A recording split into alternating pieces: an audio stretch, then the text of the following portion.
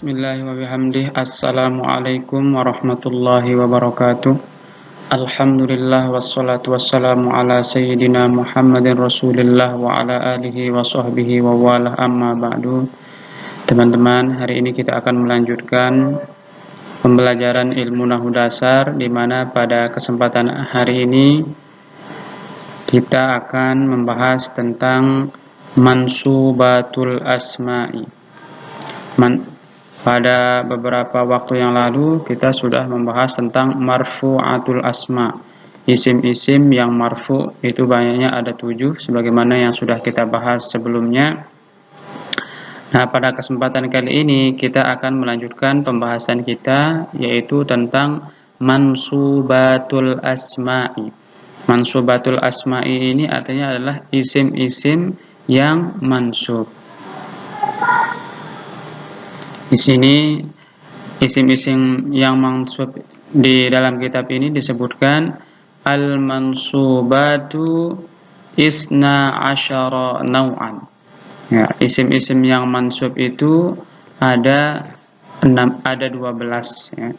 Jadi isim-isim yang mansub itu ada 12. Yang pertama adalah al-maf'ulu bihi, maf'ul bih. Yang kedua al-maf'ulu fih, maf'ul fih. Yang ketiga al-maf'ulu li ajlih, maf'ul li ajlih. Selanjutnya yang keempat al-maf'ulul mutlaq, maf'ul mutlaq. Selanjutnya yang kelima di sini adalah al-maf'ulu ma'ahu, maf'ul ma'ah. Selanjutnya yang keenam al-halu, artinya hal. Yang ketujuh di sini adalah at-tamyizu, tamyiz. Yang kedelapan al-mustatsna, istisna ya. Yang kesembilan khabar kana au ihda akhawatiha. Ya, khabar kana atau salah satu daripada saudara-saudara kana. Itu kana, amsa, asbaha, adha, zalla, bata, soro, laisa, dan seterusnya. Selanjutnya isim inna, ismu inna au ihda akhawatiha, isim inna dan saudara-saudaranya. Selanjutnya al-munada ya, mansubat yang ke-11 adalah al-munada, dan mansubat yang terakhir atau yang ke-12 adalah at-tawabi'u, tawabi. Ya, tawabi ini juga ada di marfu'atul asma ya. Seperti yang sudah kita bahas, at-tawabi ini juga ada 4, ada na'at, kemudian ataf, taukid, dan badal.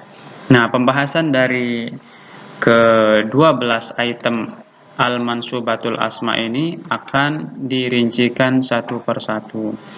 Ini mansubatul asma ini perlu kita sama-sama hafalkan jumlahnya ya, dan kita pahami masing-masing dari item ini bagaimana definisinya, pembagiannya, dan contoh-contohnya, sehingga ini membantu kita dalam menganalisis kitab atau menganalisis kalimat nanti ya, ketika kita ingin membaca kitab gundul atau kitab kuning misalnya.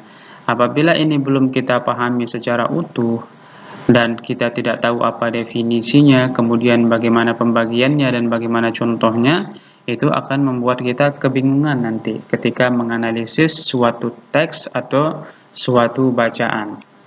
Nah, itu sebabnya kita kadang-kadang tidak bisa membacanya, tidak bisa menentukan harokat akhirnya, disebabkan karena ketidakmampuan kita dalam memahami dan menganalisis apa kedudukannya dalam kalimat.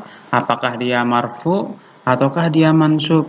Kalau dia marfu, kenapa marfu? Itu kan, apakah dia sebagai mubtada? Apakah dia sebagai fa'il?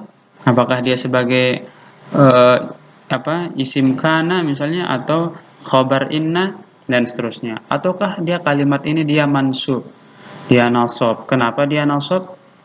Apakah dia sebagai maf'ul bih, sebagai maf'ul fi, sebagai maf'ul li ajli, sebagai maf'ul mutlak, maf'ul ma'ah, hal, dan seterusnya.